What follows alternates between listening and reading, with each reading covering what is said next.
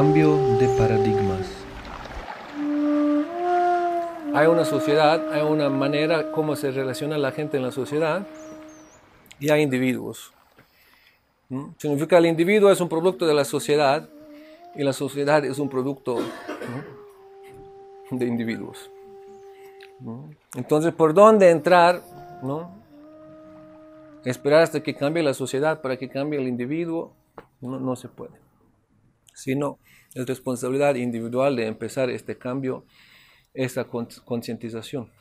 Y en el grado que uno se vuelve consciente, uno puede colaborar también para ayudar a los demás para que se vuelvan conscientes. Significa abrir por decirlo así, un campo de conciencia. Y donde cuando otros entran en este campo de conciencia, automáticamente empiezan a experimentar un cierto cambio también de su naturaleza. Entonces llegamos a concluir de que sí es necesario un cierto cambio en nuestra cultura de relacionarnos uno con el otro. Ahí quedamos, ¿no? Significa la cultura, ¿no? El año pasado vemos la cultura del encuentro, ¿no? Significa encontrarse uno al otro, percibirse uno al otro, ver las necesidades uno al otro, ¿no? Y no la cultura de ensimismamiento o de la competencia. Eso es lo que define nuestra cultura, ¿no? Ensimismamiento, competencia, diplomacia. ¿No? Eso es lo que gobierna, eso es lo que pasa en el mundo. Y eso es lo que está generando todos esos diferentes problemas. También muy importante, hablando de todas esas temáticas, como hablamos hoy en la mañana, ¿no?, nosotros como devotos, siguiendo un proceso espiritual, teniendo un cuerpo y una psiquis, no podemos decir de que lo hemos trascendido automáticamente. Y así en el grado que no lo hemos trascendido al nivel individual, así también como comunidad, nosotros sí estamos bajo ciertos criterios, ¿no?, que aplican de la misma manera a nosotros como aplican para los otros, ¿no? Entonces ahí no podemos decir de que eso no tiene nada que ver con nosotros, sino sí tenemos que entendernos y comprendernos en el tiempo, con el tiempo y en el medio ambiente donde vivimos. Porque si no logramos eso, entonces quedamos en una muy vaga idea de lo que es el sistema védico, cultura védica y el proceso espiritual y nuestra relación con el mundo y todo esto, ¿no? Entonces, la necesidad de cambiar nuestra cultura de relacionarnos. Por decirlo así, es una necesidad también, podemos llamarlo también de cambio de un paradigma. ¿Por qué? Porque el mundo se desarrolla en cierta manera, ¿no? Y nosotros también venimos de este mundo, fuimos criados en este mundo, ¿no? Por ejemplo, muchos científicos son muy orgullosos, ¿no?, de excluir la religión. Dicen, yo soy ateo, con la religión no tengo nada que ver, ¿no?, porque religiones son ta. Y mi verdad es, ¿no?, ahí viene el punto, la única verdad. Entonces uno es ateo, ¿por qué? Porque uno ha rechazado de alguna manera u otra la religión, o en caso particular la religión católica cristiana, pero uno no es consciente de que uno no ha abandonado ciertas herencias que provienen de esta misma religión.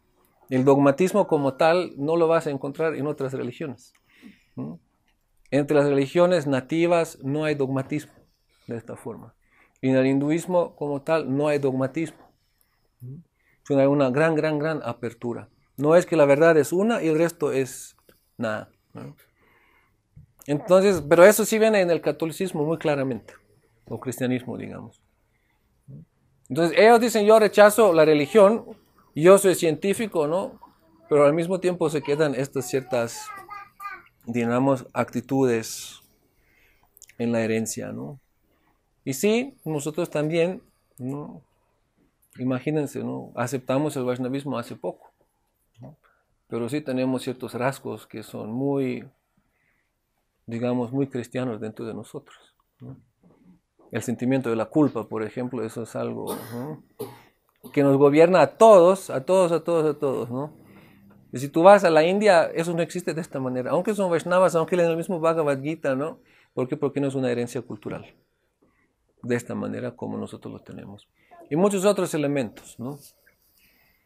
Entonces no somos, digamos, inmunes a estas cosas, sino tenemos que ir entendiendo muy bien a la profundidad de estas cosas para poder separar lo esencial de lo externo, poder separar, ¿no?, lo absoluto de lo relativo y para poder orientarnos en ambos campos, ¿no? Entonces, un ejemplo en donde se ve como símbolo y que se puede comparar también con los retos que nosotros vivimos, ¿no?, es el cambio en la biología de los, ¿cómo se llaman?, de una célula, organismos de una célula, ¿no?, unicelulares a multicelulares, pluricelulares, ¿no? Hay un cambio cuando vemos en el desarrollo de unicelular a pluricelular. ¿Qué significa esto? Unicelular vive dentro de sí. Pluricelular significa forman, ¿no?, otros organismos. Un otro ejemplo también que se da es el cambio de los ciertos insectos, cierta otra forma que no tienen columna, sino su columna es prácticamente desde afuera. ¿Ah? Invertebrados se llama, ¿no? Y los vertebrados, ¿no? Hay un cambio en la biología de un estado al otro estado, ¿no? ¿Y qué tiene que ver eso con nosotros, ¿no?, hablando de la conciencia, hablando de la comunidad? Eso es muy interesante de ver. El director de una empresa famosa demoníaca del mundo, pero los demonios también son muy avanzados en ciertos aspectos, ¿no? No hay que rechazar todo lo que dicen, de BASF, Bayer, ¿no? Es una gran empresa de Bayer, de químicos, y creo que ellos incluso compraron el Monsanto ahora, ¿no? De hecho, hace años Gurriaba, cuando llegó al movimiento, su tío era uno de los directores allá en Bayer, le ofrecieron el trabajo, regrésate para trabajar en Bayer. No se rechazó esto, ¿no? Entonces este director dice, él observó algo, que es una realidad que ellos tienen. Dice, desde hace 10 o a 15 años, dice, no hay nuevas fórmulas para sacar. Dice, la química no fue tan investigada, tan elaborada, de que dice que ya no hay nadie más quien puede inventar una nueva fórmula. No hay. Dice, ahora dice, lo que se puede es diferentes personas con diferentes capacidades que se han dedicado a la química. Dice, lo que pueden hacer es armar grupos y equipos, ¿no? Y en cierto intercambio personal, dice, es como van desarrollando ciertos productos. Significa, es la combinación de todo lo que ya está. No hay nada más nuevo para descubrir.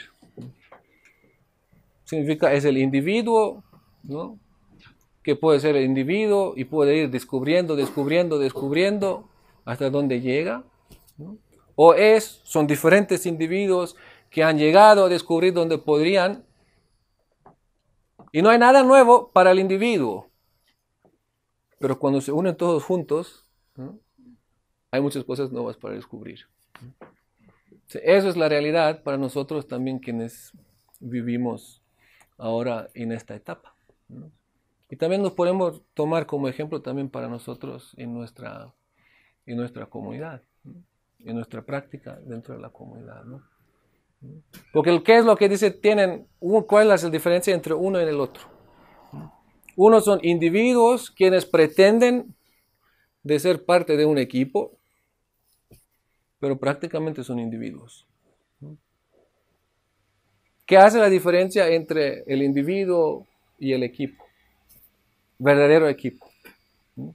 ¿Qué hace la diferencia entre un grupo de interés y una comunidad? Hay un gran detalle que hace la diferencia. ¿Qué es la diferencia entre comunidad y grupo de interés? Significa individuos, cada uno con su interés individual, pero como ven necesario, se pueden juntar con otros para proteger, defender y perseguir su interés individual y comunidad. O sea, la diferencia principal entre estos dos es de que hay un enlace en comunidad que se llama un enlace afectivo. Hay un enlace que se llama un enlace de inspiración. Hay un enlace que se llama un enlace de confianza, ¿no? Eso hace la gran diferencia, ¿no? Así también sabemos, ¿no? Y eso no hay que cerrar los ojos ante esto, de que en nuestra comunidad también hay mucho individualismo, ¿no? Cada uno en lo suyo, ¿no? Sí, todos con Krishna, ¿no? Y todos presentes cuando viene el Guru, ¿no? Pero en la vida cotidiana, cada uno en lo suyo, ¿no? Y el alcance al que podemos llegar es, ¿no? Pues al que hemos llegado desde hace tiempo. Cada uno puede abrir su programa, cada uno puede predicar a su gente, ¿no? Cada uno puede mantener todo esto. Pero más allá, ¿qué es lo que vendría más allá? ¿No? Es la gran pregunta, ¿no? Y eso muchas veces lo que llegamos ahí como a una posición de pate, ¿no? Todo está, pero de alguna manera u otra sentimos como que no está. Un devoto cuenta que una vez estuvo en el avión, ¿no? Y al lado de él dice, estaba sentado un pastor cristiano. Y el devoto estaba hablando con el pastor cristiano y el pastor todo muy apreciativo de los devotos y qué hacen los devotos y lo que predican, lo que practican y todo, ¿no? Como muy apreciativo. Hasta en un momento él admite de que también estuvo viviendo en el templo. Dice, pero se fue. Entonces a este devoto le despertó la curiosidad, ¿por qué se fue? Yo se preguntaba, ¿y por qué te fuiste? Y este como que le daba vuelta, no quería decir por qué. Insistía. Dice, hasta que quien es muy apreciativo con todo lo que los devotos hacen, con sus principios, con sus criterios, con todo, sus prácticas, ¿no? Dice, agachó la cabeza y dice, me faltaba compañerismo. ¿No? Eso es lo que me faltaba, ¿no? Sentir estos enlaces, ¿no? Afectivos, ¿no? Y no superficiales, y no de cierto interés superficial, ¿no? Entonces eso sí puede suceder a veces, ¿no? Como hablamos hoy en la mañana también, y otra vez quiero también mencionar este punto porque es muy importante, ¿no? Y expresar mi apreciación con Sridhar Maharaj ayer con las personas nuevas, porque vinieron varias personas nuevas, ¿no? Que los atendió. Vienen nuevos, vengan para acá, se sentó con ellos, los escuchó, les habló, ¿no? Atención personalizada, ¿no? Algo que muchas veces se pierde en un medio ambiente, pues, donde hay dinámicas, entra mucha gente, que hay restaurante, que programas grandes, que 500 vienen, ¿no? 500 vienen, 500 se van, ¿no? ¿No? Pero atender a la gente de una manera personalizada, ¿no? Es algo muy esencial en nuestra práctica, ¿no? Que se llama personalismo. Nuestra filosofía es personalismo, no es impersonalismo, ¿no? Y personalismo significa hay una persona, hay otra persona, y una persona, ¿no? Habla y escucha a la otra persona y establece un enlace, ¿no? De atención, un enlace afectivo, ¿no? Y eso es lo que necesitamos, ¿no? También que mencionamos con Srila Prabhupada, quien vio la película, estaba marcado los estatutos. Predicar la conciencia de Krishna, expanderla, llevarla al mundo. Y otro punto abajo también marcado, dice, acercar los integrantes del movimiento de la conciencia de Krishna uno al otro. ¿No? Acercar los integrantes. Entonces eso es como la etapa en la que nosotros tenemos que ser muy conscientes que es algo muy necesario para que nosotros de verdad nos podamos sentir y profundizar en lo que es el verdadero Vaishnavismo. ¿No? Entonces, ¿qué es lo que sucede y cuál es la diferencia que decimos entre estos dos? ¿Cómo se llaman? ¿De cáscara? invertebrados y vertebrados, ¿no? Vertebrados significa hay una cáscara, hay algo desde afuera, ¿no? Y esto desde afuera contiene todo lo que hay adentro. ¿Qué es lo que mantiene las comunidades o la gente unida? A través de los ciclos, externamente. En México lo vivimos hace poco de una manera muy clara. Interés, pero más que todo fuerzas superiores. En México lo vimos ahora cuando pasó el terremoto. Hay un índice internacional de confianza, donde Escandinavia y ciertos países están en el tope y México está en el fondo. Significa una sociedad plenamente desconfiando todos de todos y de las instituciones y de la policía y de todo. Pasa un terremoto, la gente se une automáticamente todo. Gran atención, gran colaboración, todos juntos, gente 3, 4, 5 días en los rescates, día y noche, no acabándose, gente trayendo comida donde uno ya obstruía tanta comida que traían, ya no podía participar tanta gente, cuánta gente venía para participar. Y todos orgullosos y todos se sienten, dicen, oh, eso se siente bien. En medio de todo un desastre, la gente se siente bien. Dice, ¿por qué? Porque hay algo externo, un desastre que los une. Y eso pasa una y otra vez en diferentes circunstancias. Cuando hay algo externo que une a la gente, ¿no?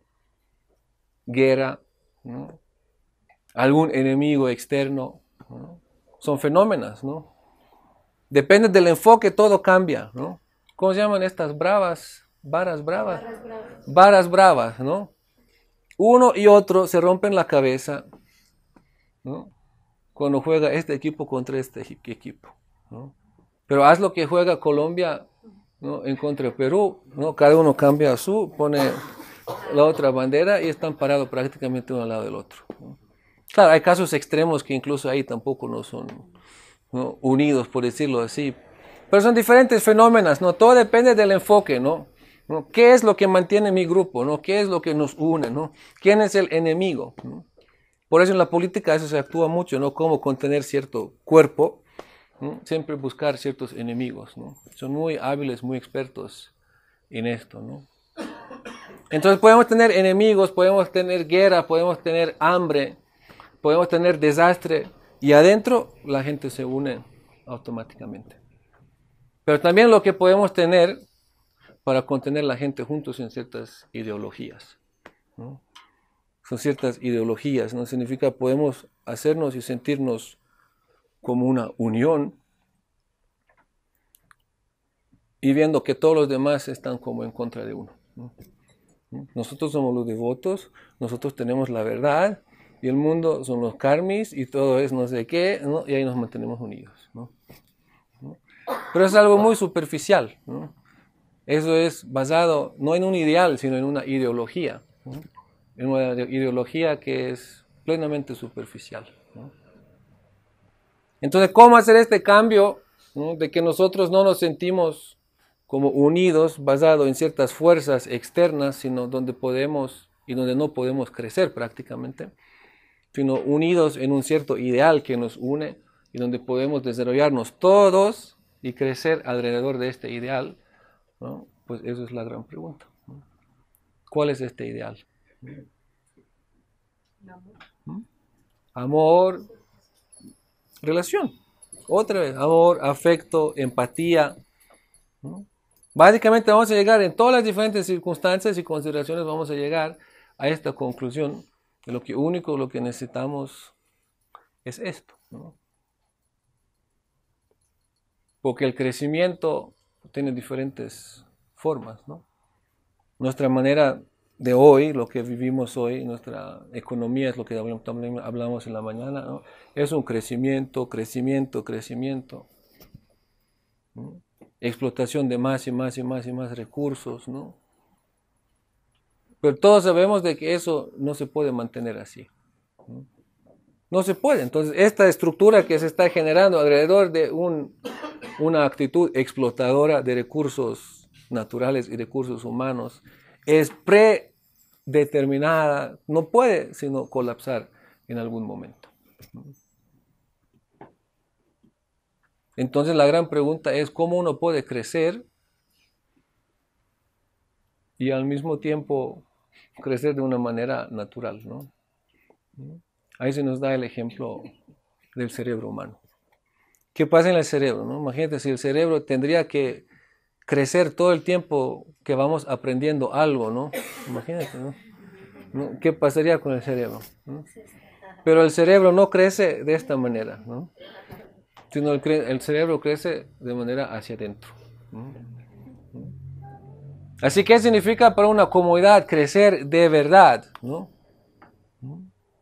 Crecer de verdad no significa expander, ¿no? Sino significa profundizar, ¿no? Por eso viene este gran dilema, ¿no? Srila Bhakti-Pramod Puri Maharaj lo dijo, si tú quieres cualidad, dice, no vas a poder tener cantidad. Si tú quieres cantidad, no vas a poder tener cualidad. Ahora, ¿cómo armonizar esto?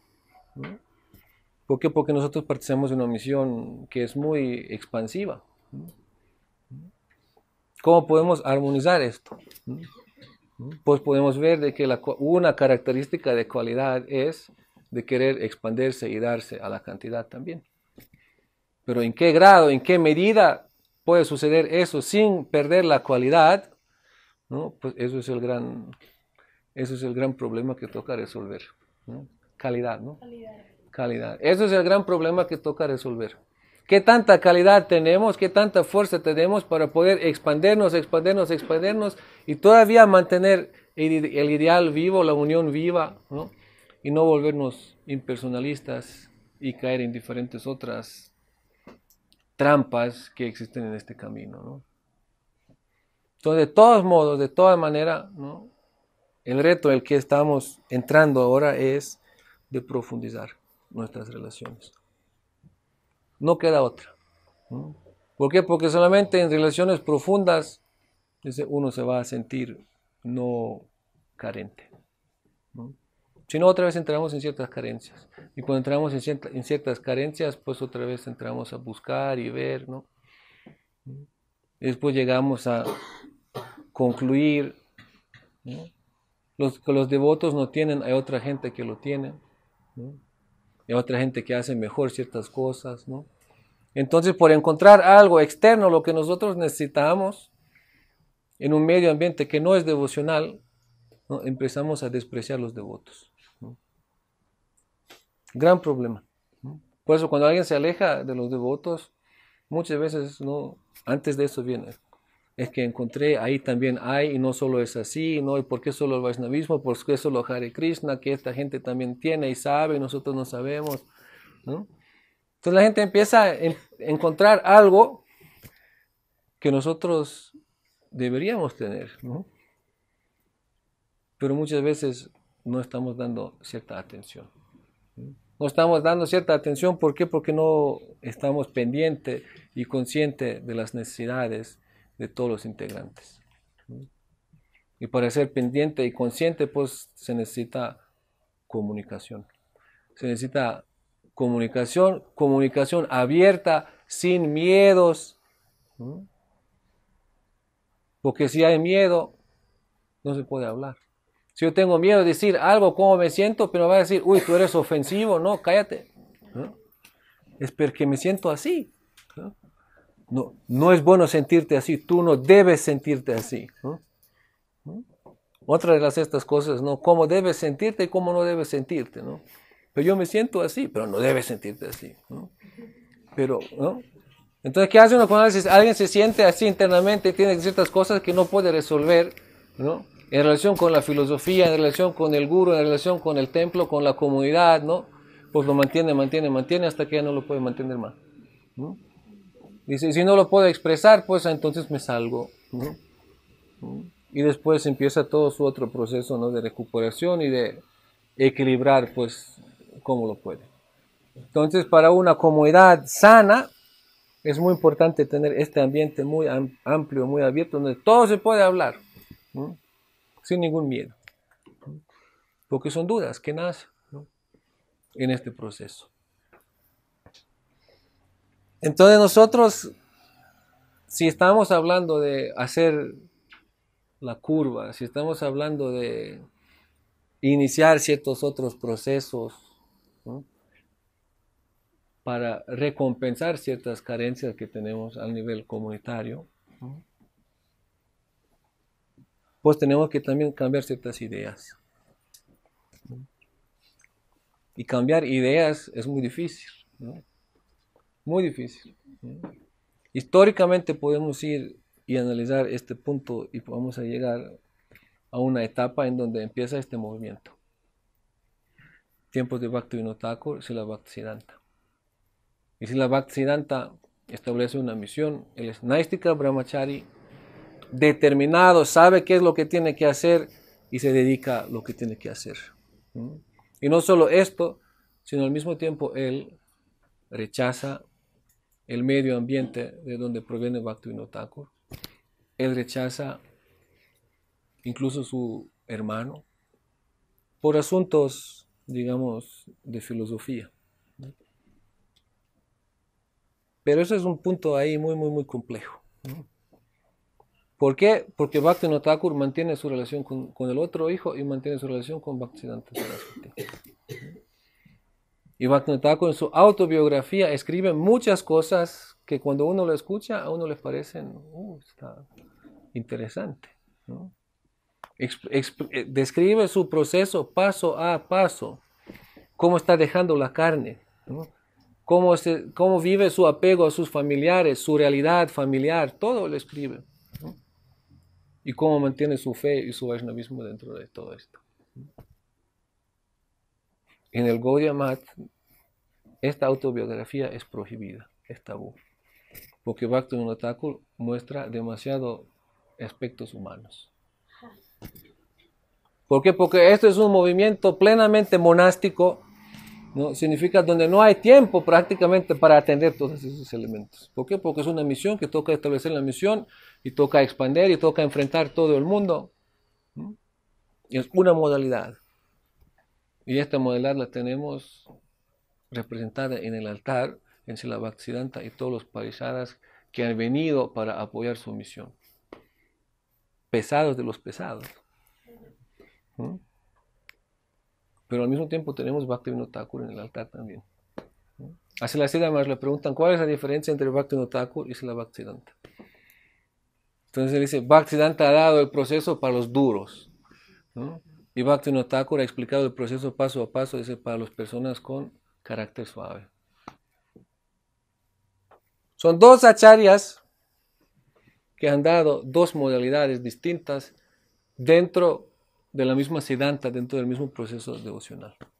En otras palabras, podemos decir lo que Srila Bhaktisiddhanta dio es un enfoque a la vida monástica.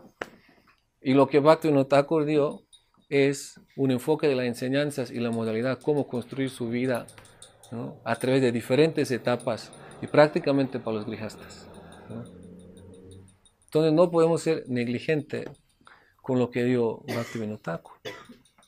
Y vea, ahí viene Srila Bhaktisiddhanta, predica. Srila Prabhupada termina, vieron en la película, termina su vida familiar y todo, se entrega por completo en la modalidad de la prédica, expandir la conciencia de Krishna alrededor de todo el mundo, y llega al occidente.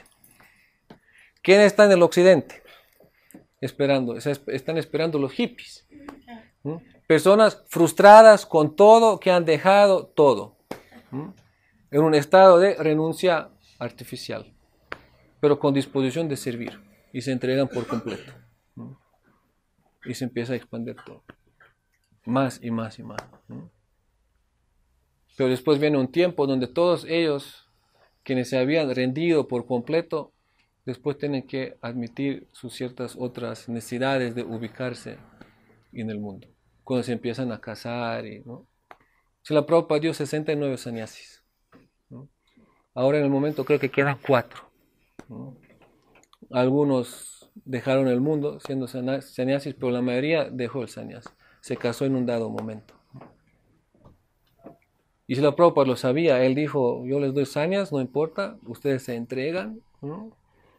Yo soy como un general, yo no necesito soldados, dice, ¿no? En dado momento ustedes no van a poder mantenerse, dice, pero no importa, ¿no?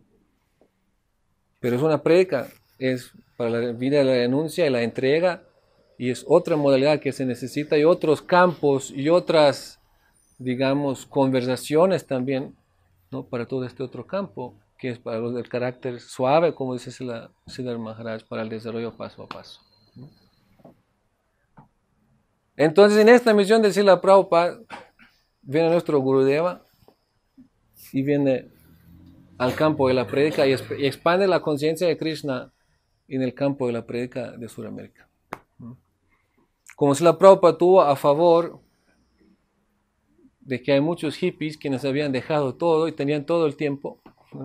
Y toda la determinación. Así también en el campo de la prédica en Sudamérica también había una cosa muy a favor de la prédica. En Alemania no la tuvimos, por eso no se expandió, ¿no? En Europa hay 2, 3 templos, ¿no? Aquí lo que vino a favor eran ciertas informalidades, comercio informal, ¿no? Gobiernos no tan estrictos con ciertas cosas, ¿no? Entonces se pudo de alguna manera u otra hacer, ¿no?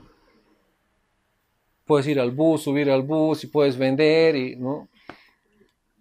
Puedes hacer y hacer y hacer, ¿no? Sin hacer ninguna declaración ante la hacienda por muchos años, ¿no? Todo puede ser informal, ¿no? Entonces eso fortaleció, ¿cómo se dice? Favoreció de una manera muy específica que la prédica se puede expandir, ¿no?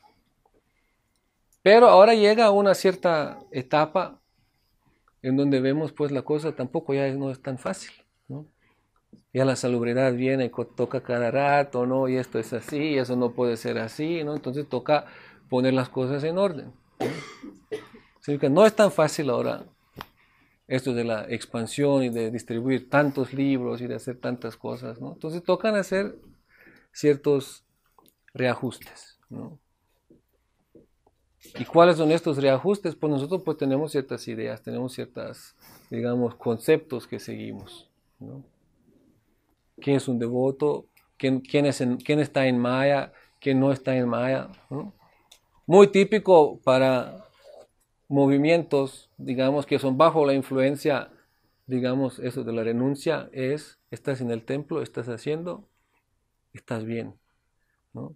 No estás yendo al templo, ¿no? Estás en Maya, ¿no? Eso, negro-blanco. Por muchos años eso se mantuvo y todavía es muy, muy predominante, ¿no?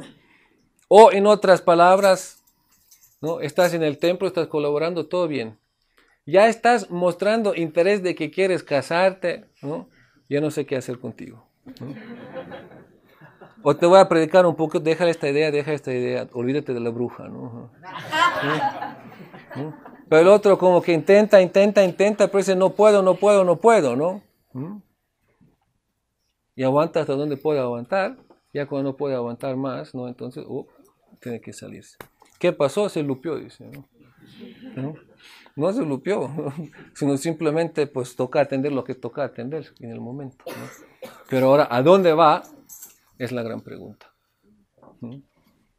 ¿Cuál es la preparación que tiene para poder hacer este paso? Esa es la gran pregunta, ¿no? Y es justo ahí donde entra esta temática que Gurudeva quiere que se elabore y que lo preparemos muy bien, del Snataka Ashram, de la transición, de que no sea como un baño frío, ¿no? Sino que sea todo bien pensado y bien preparado, ¿no? Una transición. Y la transición no es solo económica, como decimos, sino la transición es considerar todo eso lo que estamos hablando, ¿no? Porque yo tuve, de verdad, unas experiencias muy fuertes, ¿no? Devotos quienes estaban en el templo, todo bien, ya no podrían más, ¿no? El color a veces pesa, blanco, azafrán, como, ¿no?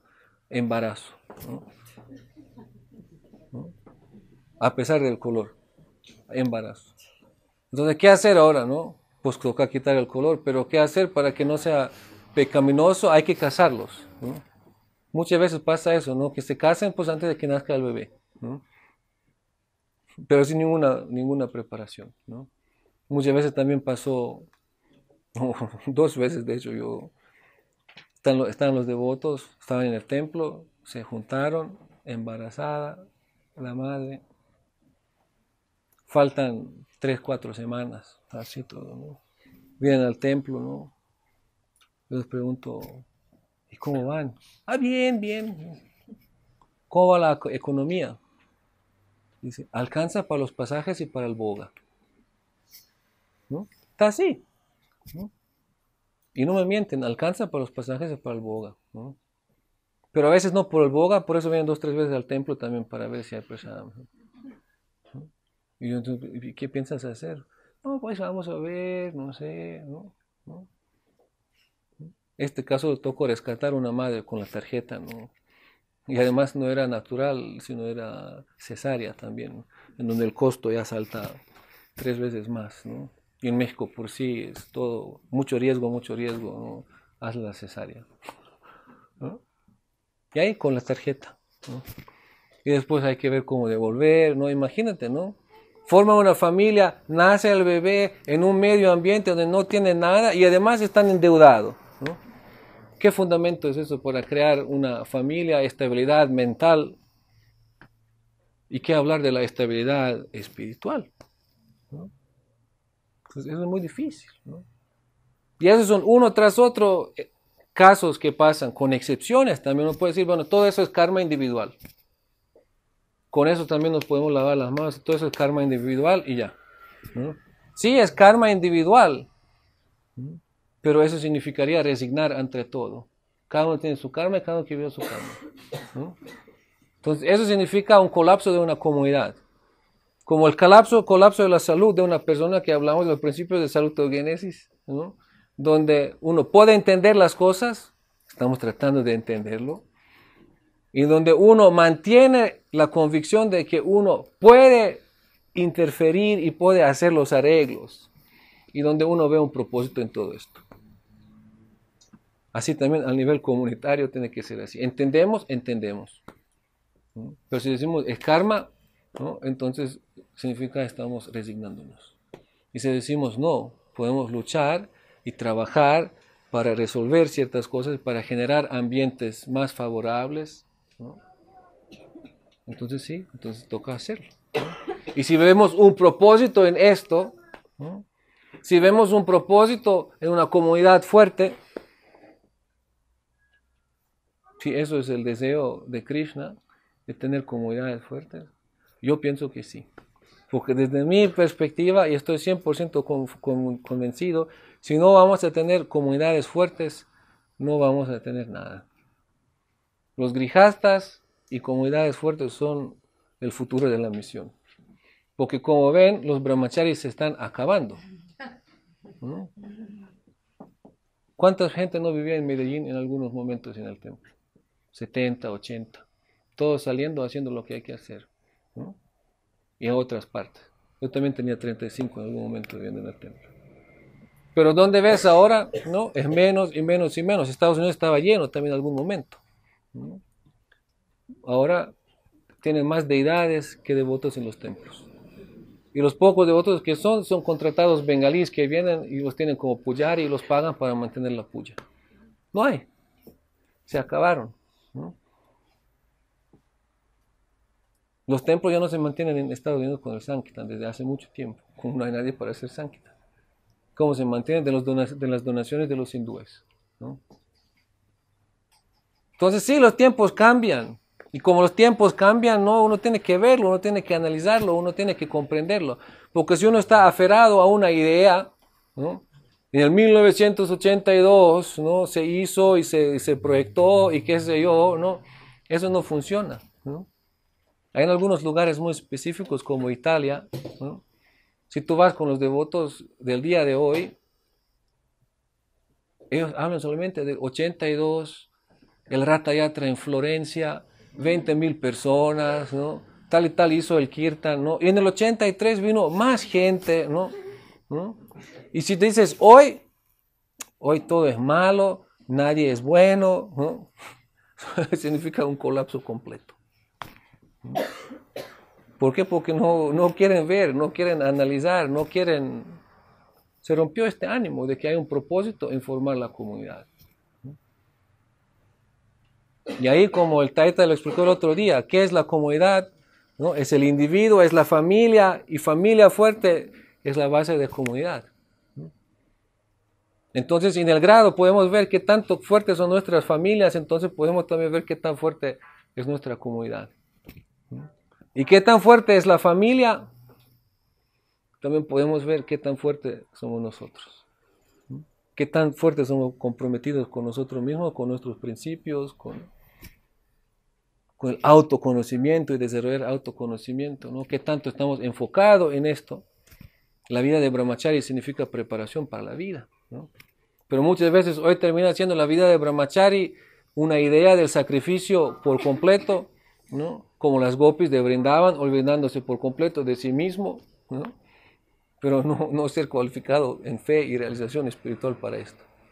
Porque muchas veces, y así ha sido por años, que el Brahmachari es, ¿no? Y el quien se levanta en la mañana temprano, y quien atiende la deidad, y que hace todo, y que mantiene el templo, y que cocina para el festival de domingo, y que distribuye el festival de domingo, ¿no? Y los externos van, ¿qué? Toman prasadam, entran o no entran en la clase, a veces entran, a veces socialización afuera, ¿no? Y se van y dejan el plato y no dejan ni un donativo, ¿no? Y los brahmacharis ahí, ¿no? Entonces unos brahmacharis se van, ya no aguantan más, toca traer otros, ¿no?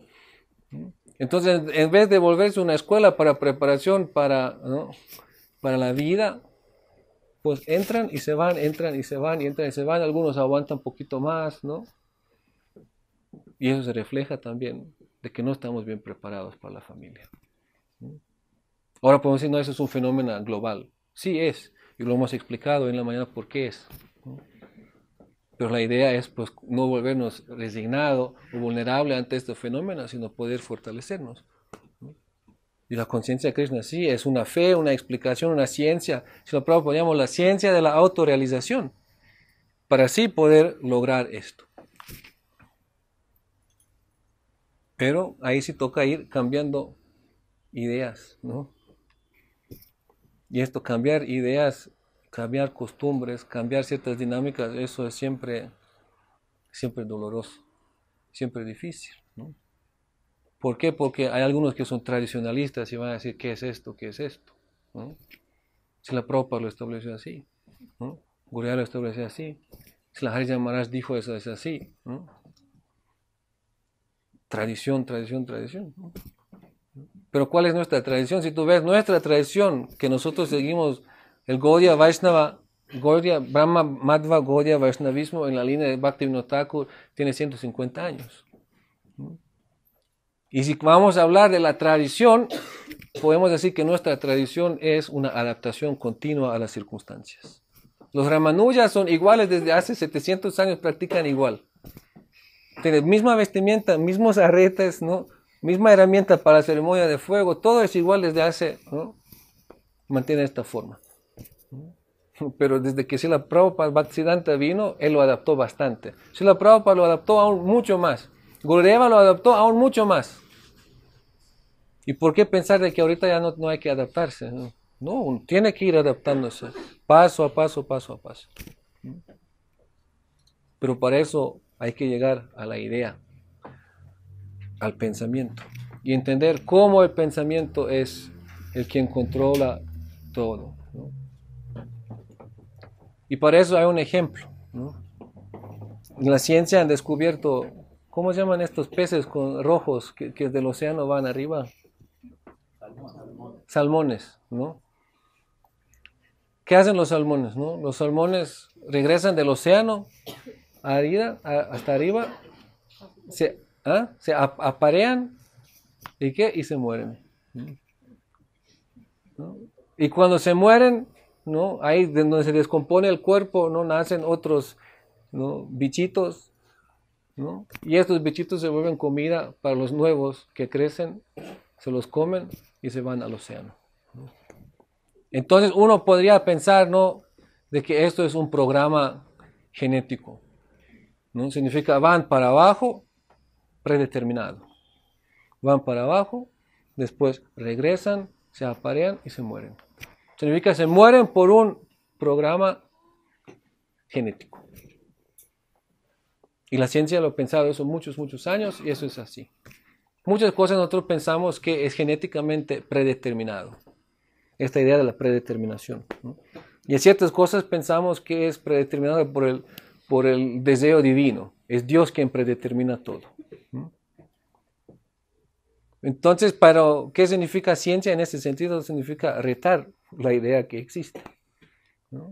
Y ver si hay alguna otra explicación. Entonces fue un científico, subió allá y ¿qué hizo?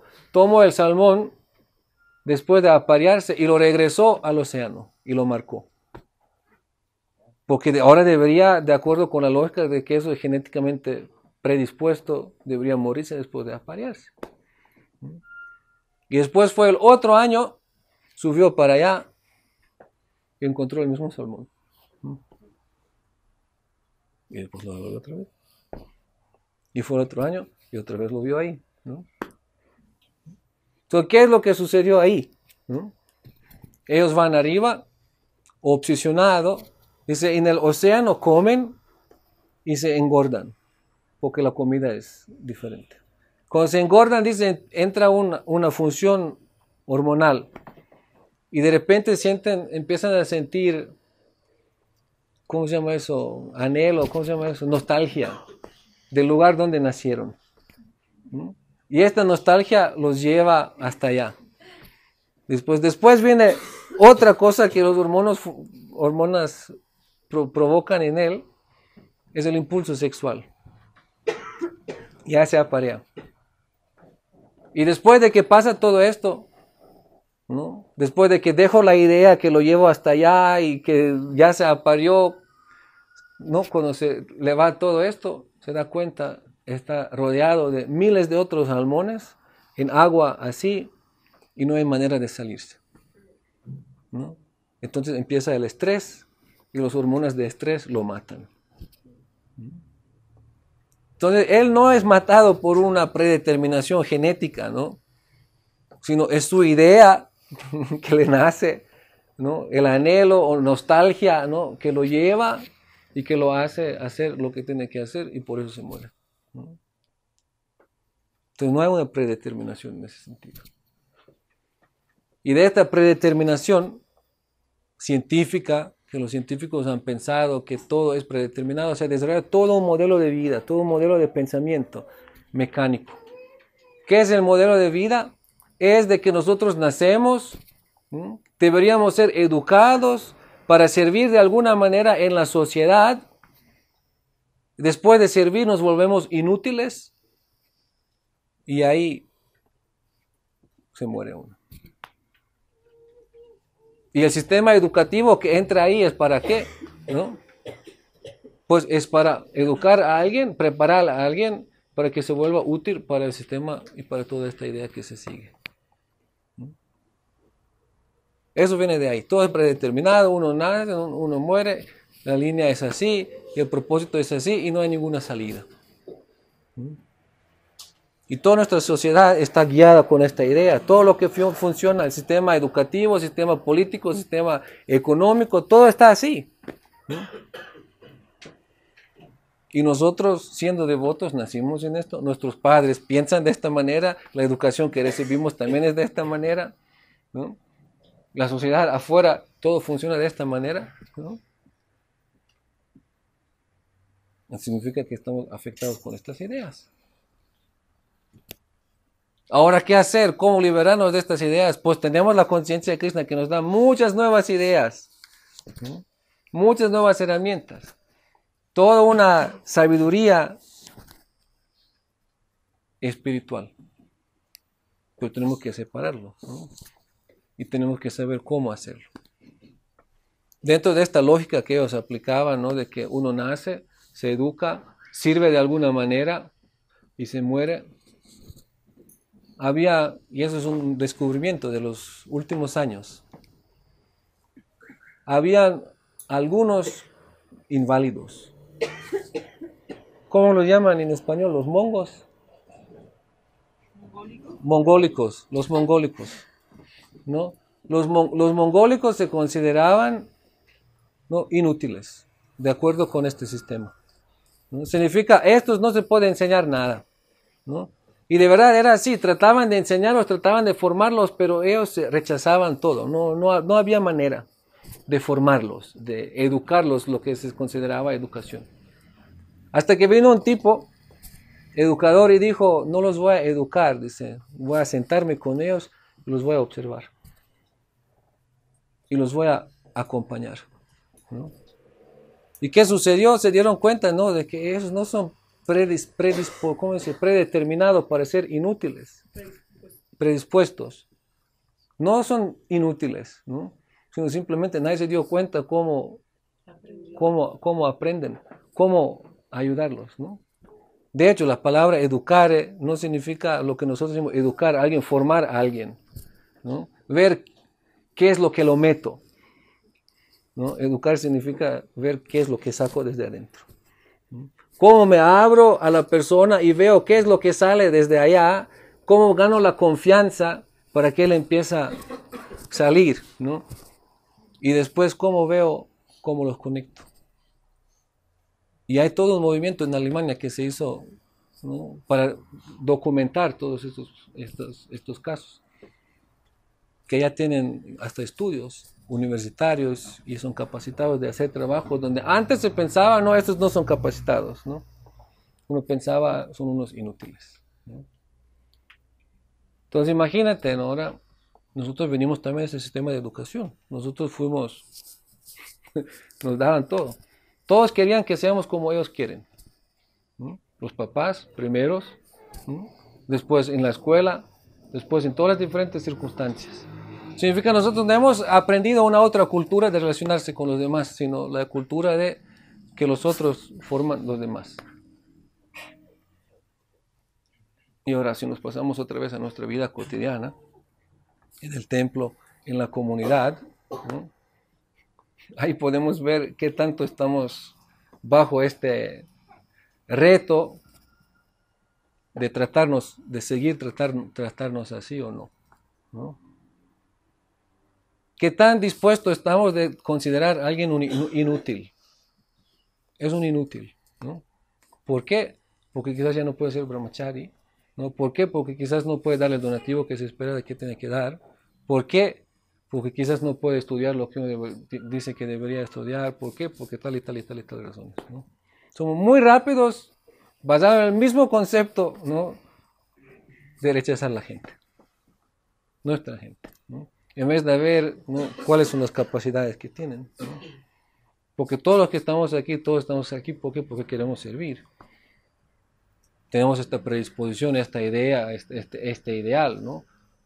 Pero a veces no hay tiempo para que alguien nos escuche, ¿no?, para ver de qué manera y cómo queremos y podemos servir, ¿no? Y después alguien que haga el esfuerzo. Por esto es la Siddhamar, una frase muy, muy importante que él dio, ¿no?, era: todos deberían ser acomodados en la familia de conciencia de Krishna felizmente.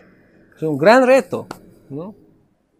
Es un gran reto cómo acomodar todo en la conciencia de Krishna felizmente, ¿no? Para eso tenemos que dejar esta idea de la formación que nosotros tenemos, ¿no?, y ciertas otras ideas, ¿no? ¿Por qué? Porque si nosotros seguimos en el modo de la expansión a costo de lo que sea, ¿no?, el costo va a ser el individuo. El costo va a ser el tiempo de poder atender al individuo, de poder apreciar el individuo, ¿no? Porque ahí entra favorable, no favorable, útil, no útil, ¿no? Y eso lo hemos visto, ¿no? Hemos visto sannyasis quienes han dado años de su vida en servicio totalmente dedicado. Después de un momento no poder seguir como sannyasis, hemos visto un rechazo completo, malas palabras y todo, ¿no? Entonces, ¿qué es lo que entra y cómo se siente ahí uno, ¿no?, quien ha dado años de su vida, ¿no? Pero Srila Prabhupada tenía una actitud totalmente distinta, ¿no? Y nuestro Gurudeva también tiene una actitud totalmente distinta, pero nosotros somos los que juzgamos muy fácil, ¿no?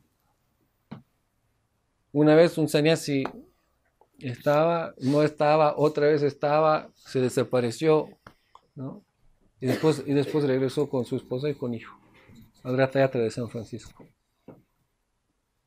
Entonces le dio pena, entonces Prabhupada estaba ahí, él ahí como quería esconderse, ¿no? Porque le dio pena. Entonces cuando Prabhupada lo vio, entonces Prabhupada se acercó y dice, ¿dónde estás? ¿A dónde te fuiste? No, no, es que Prabhupada, no, es que tengo hijo, familia, ¿no? Dice Prabhupada, pero eso no es la razón de que te alejes. Dice, sí, Chaitanya Mahaprabhu pudo salvar todo el mundo él solo, con sus asociados, dice, pero yo necesito a cada uno de ustedes, ¿no? Y Prabhupada otra vez lo jaló, ¿no? Este no sintió este rechazo, ¿no? Y eso fue el trato personal que Prabhupada tuvo con él. Ahora si vemos la filosofía es un poquito distinta, ¿no? Filosofía, ahí se dice, ¿no? Chota Haridas, que no pudo mantenerse como sannyasi, ¿no? Se suicidó y se explica por qué es mejor suicidarse, ¿no? que dejar el sannyasi. Es la filosofía, ¿no? Pero Prabhupada significa no aplicó la filosofía, aplicó un otro criterio, ¿no? Entonces hay que saber también aplicar la filosofía, ¿no? Porque si nosotros no sabemos aplicar la filosofía, ¿no? Hasta podemos, ¿no? matarnos a nosotros mismos o estamos incluso dispuestos a veces a matar otros también, ¿no? Y eso también ha sucedido, eso no es algo lo que no sucedió. Incluso hubo muertos. ¿Por qué? Porque alguien declaró, este es un rebelde, ¿no? Este es así, este es asá, ¿no? Y por una idea muy superficial, una idea muy política o militar de la fidelidad y no una idea filosófica de la fidelidad, ¿no? La gente está dispuesta a hacer cualquier cosa, ¿no? Perseguir incluso otros en nombre de la fidelidad, al gurú en nombre de la fidelidad, a la misión, ¿no? Rechazar a otros. Y esto, rechazo, ¿no? Yo he visto, no una vez, varias ocasiones, discípulos de Srila Prabhupada reuniéndose con sus hermanos espirituales, en este caso de ISKCON, y llorando.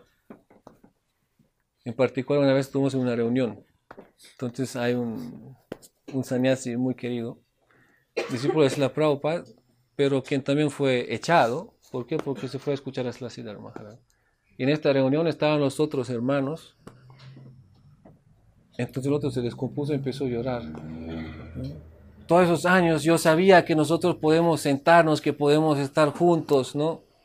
Y llorando, llorando, como muy conmovido, ¿no? Significa que toda la vida cargó, ¿no? Este sentimiento de ser rechazado, ¿no? Hablando otra vez, en términos que hablamos hoy en la mañana, de las necesidades básicas, emocionales, es el enlace y el vínculo afectivo. Y el dolor que proviene cuando alguien rompe este enlace afectivo con los demás, ¿no? Significa que eso es un fenómeno mundano. Y nosotros caemos una y otra vez a este mismo fenómeno, ¿no? Porque alguien hizo, o porque no hizo, o porque no pudo hacer, o cualquier otra cosa. Y a veces incluso porque nos dijeron que el otro es así o asá, ¿no? Hacemos lo mismo, ¿no? Y estamos generando prácticamente, ¿no? otra vez personas carentes. Significa que no hemos superado estas realidades mundanas de las que pensamos que estamos superando y estamos trascendiendo. Entonces son retos que tenemos que ver y que tenemos que enfrentar y ver cómo solucionarlos, ¿no? Entonces de esta manera, ¿no? vamos a ir continuando porque es un tema muy extenso, muy completo para poder llegar de verdad a comprender de que el matrimonio no es una cuestión de que vamos a tener una hoja o un libro y vamos a leer esto y vamos a saber cómo hacer el matrimonio. No. Tengo que comprender a la complejidad del asunto personal, social, del medio ambiente donde vivimos. Y otra vez, tenemos que ser capaces, volvernos capaces de crear un espacio. Un espacio. Y este espacio va a ser necesario. Un espacio en donde se habla esto, en donde se practica en donde se pueden desarrollar estos ciertos elementos necesarios, ¿no? Lo que nosotros queremos llamar que es Snataka Ashram, ¿no? Yo pienso que eso es un modelo muy bueno aquí donde estamos, aquí la alianza, ¿no? Donde cada uno es responsable por sí mismo. Buen modelo, buen modelo.